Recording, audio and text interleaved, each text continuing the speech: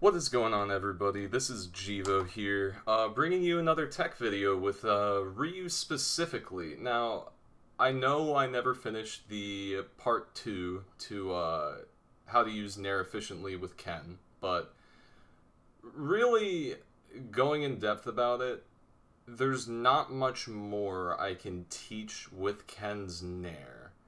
However, Ryu, on the other hand, is a different type of case. Ryu's Nair out of shield isn't as slow as Ken's.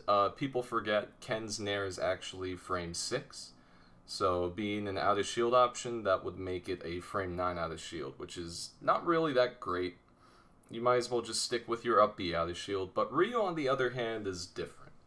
Now, let me go into why. The first reason is... Well, let's start with the problems that most people think Ryu has out of shield. So, because his Shoryuken isn't as disjointed, I mean, that was pretty stupid that still hit, but, like, Ken's would still hit at a dumber distance. Because of that, Ryu's out of shield Shoryu isn't really as good as it would be if you were Ken, but there is one out of shield option that is pretty good that stands out, and that's Fair and Bear. Both of these are really solid out of shield, but in general they're only good against either floaty characters trying to cross you up, which is what Bear is for, and Fair is really good for stuffing out people who kind of like jumping forward, and it's good for stuffing options out as well, depending on the matchup. But in general, on the ground, Ryu doesn't seem to have much range. Now, you're probably thinking, okay, well, why don't you just out-of-shield Nair? And I'm like, yeah, that's a good idea, but that's not good.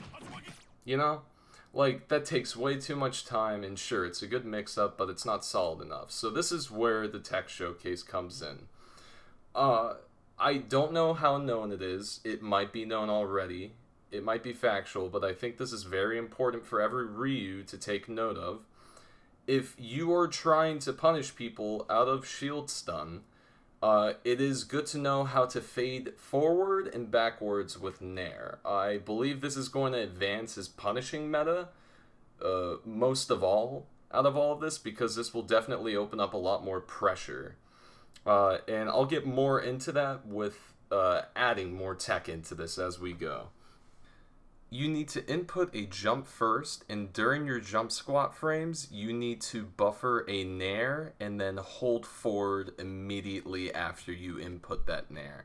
So in a way, you're trying to input everything as quick as you can after one another. So it should be going from Y to A to your forward dash. And when you do that out of shield, you'll know you get it when you have a lot of forward momentum out of your, or backwards momentum out of your shield. And that's how you know you got this. Let's be honest here. It isn't easy as that, but with good practice, it should be. And that's the key here. So really going into training mode and practicing stuff like this every day it really doesn't hurt you. But to go in more depth about this, what you can do out of shield with Nair while moving forward. Well, before, when we did Nair out of shield and when it would hit, we could really only do a rising focus, and that's cool and all. But, what if we do a shimmy cancel, aka Shabberfack or Shabfack, but we are calling that shimmy canceling now because people on Twitter got mad.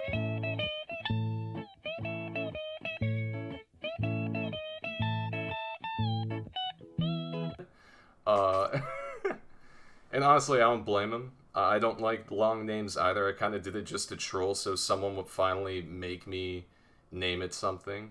But, we're here now. So, we're going to go ahead and do the out of shield with a shimmy cancel. And let's see how it goes. Now, this is a pretty technical input. It is a little hard to get, but it can be done in practice.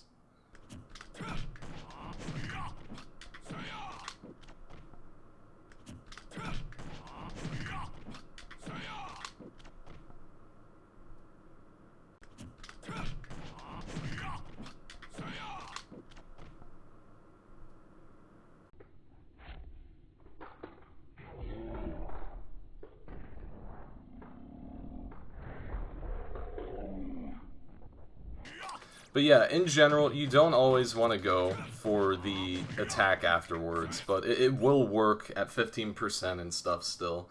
But what makes this good is when you do go for the attack and you hit them, most people have a panic option they'll choose, and most will go for shield because, I mean, you're holding shield, and you go into a Nair and you wave bounce that cancel.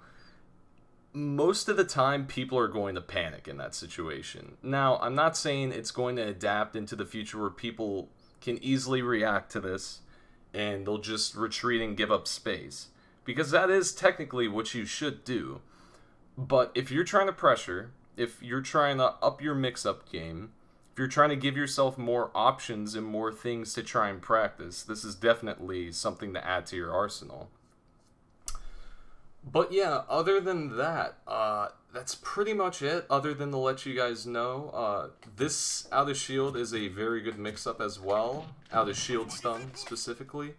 When you're getting hit and people either cross you up or try to retreat to a different area, this opens up a world of options to approach after if they're respecting you, specifically. Now, what you can do to mix up is now you can cross up, you can get a overhead while crossing up, and then you can get a hit. You don't even have to cross up, you can drift back slightly after getting that input, and then you can stay forward. Other than that, that tops the video. I hope this was informative, and hope you have a good one. Peace.